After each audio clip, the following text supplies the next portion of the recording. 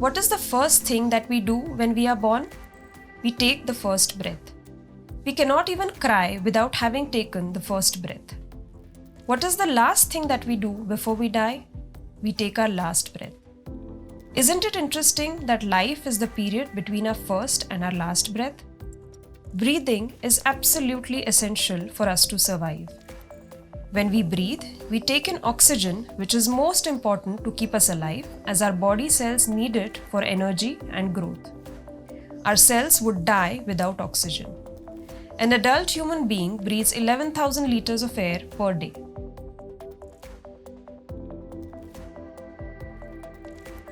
When we breathe in oxygen, we also unfortunately breathe in a lot of different air pollutants, whether it be gaseous air pollutants such as ozone or sulfur dioxide or nitrogen oxides, or they could be small particles, very, very small particles that have the ability to enter into the deep portion of the lung.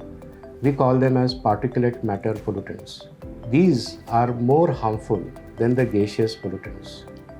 These pollutants not only enter into the lung and cause damage there, but from the lung, they also enter into the blood circulation and then travel to all organs of the body. And therefore, they can cause potentially damage to all other organs. Particulate matter is made up of very minute particles of solid or liquid matter suspended in the air which cannot be seen with the naked eye and can include dust, smoke, pollen, and liquid droplets. It is measured in microns. The diameter of a human hair measures around 50 to 70 microns, and particulate matter is 10, 2.5, or sometimes even 1 micron in width. So you can imagine how these tiny particles can enter our lungs and our bloodstream and cause damage to most of our organs. According to a major study published in the medical journal Lancet, air pollution accounted for nearly 17 lakh deaths in India in 2019, amounting to 18% of the total deaths in the country.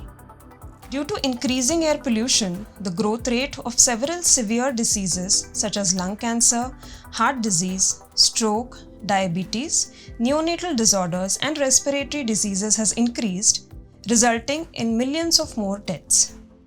The main organ that is affected because of the polluted air is the lung. Because we breathe 10,000 liters of air every day, a lot of pollutants also come in through the air that we breathe. These pollutants can cause asthma, can cause bronchitis, can cause pneumonia, and can cause also lung cancer.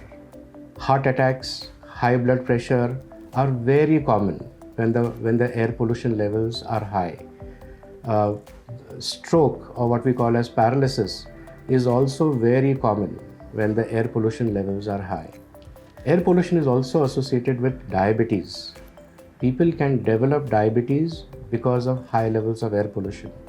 Not only that, but those people who suffer from diabetes, their diabetes can be out of control because of the pollutants that are present in the air.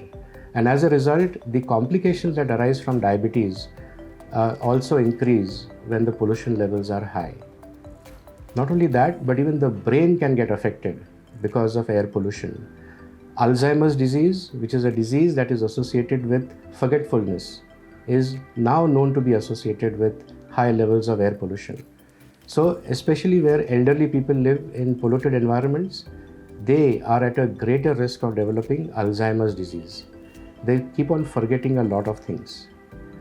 Also, children who live in polluted environments, their cognitive ability goes down. Their ability for reasoning, their ability for doing good mathematics also has been shown to be significantly reduced when the pollution levels are high.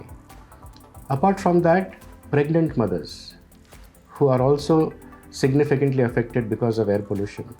The pollutants that the pregnant mother inhales not only affects her own lungs, but those pollutants also enter into the blood circulation and affect the growing fetus. The growing baby inside the womb also starts getting exposed to air pollution even before that baby is born. So this baby who is exposed to air pollution, because the mother is exposed to air pollution, does not grow properly, has low weight, and then the chances of having early pregnancy, early delivery is also significantly increased.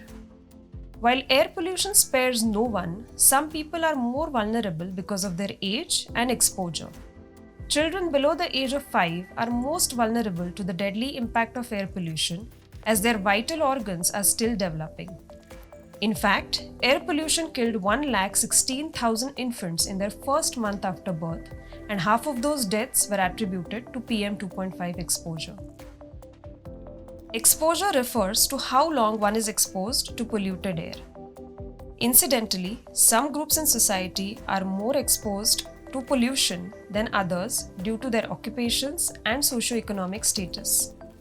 For example, people employed in the traffic police, hawkers and vendors, delivery boys are more exposed to air pollution due to their work, spending the majority of their day outdoors.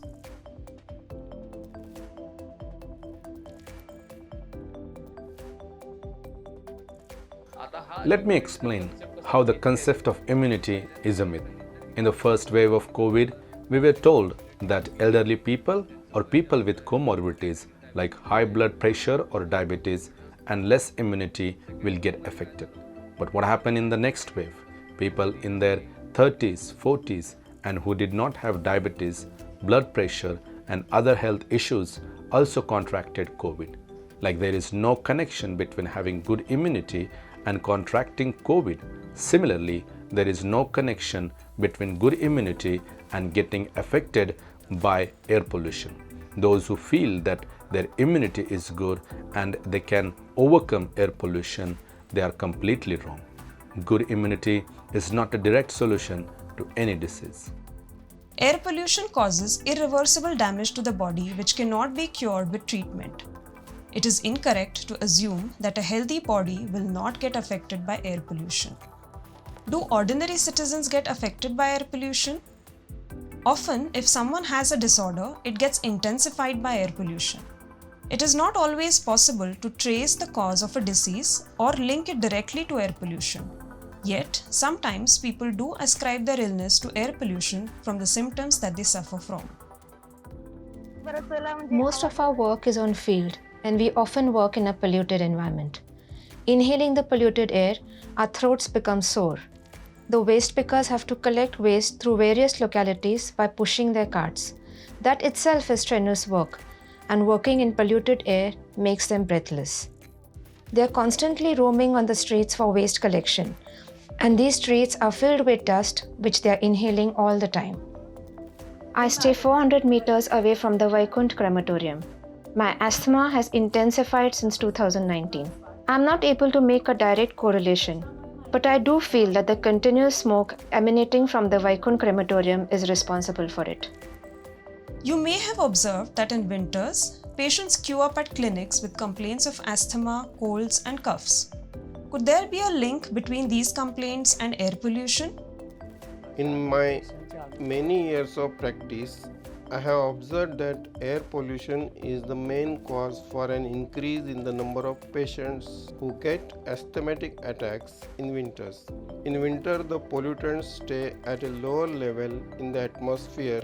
Therefore, people who have allergies or suffer from chronic obstructive pulmonary disease have a higher rate of wheezing and breathing difficulty. How can you protect yourself? Does wearing a mask help us from the ill effects of air pollution? Pollutants are generally found in two forms, gaseous and in particulate form. Particulate matter, which is 2.5 microns and lesser, causes maximum damage to our bodies. Wearing a well-fitted mask certainly helps. Doctors suggest that a 2-3 layered cloth mask is ideal for preventing pollutants from entering our nose and our mouth. Apart from this, leading a good lifestyle, walking and exercising regularly, eating healthy nutritional food, and being sufficiently hydrated can reduce the ill effects of air pollution. Ensure proper ventilation in indoor spaces. With proper ventilation, the pollutants get dispersed and can lessen the effect on our bodies. Along with that, avoid strenuous activity and exposure on days that the air quality is poor. What can be done to reduce the pollution in the city? We can demand for clean air. We can reduce the use of private vehicles to curb vehicular emissions and instead demand for a better public transport.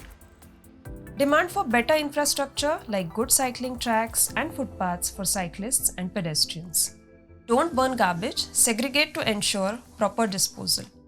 Use the online PMC Care number to complain if someone is burning waste in your area. Firecrackers are extremely hazardous and polluting and they should be avoided entirely. Walk or use a cycle every now and then for a local trip. Although not visible to our eyes, we now know that air pollution has severe health impacts on us, our children, our elders, and in fact on all members of the society. Reducing air pollution is a necessity for our health and well-being. A city can be livable and sustainable only if it is free from air pollution.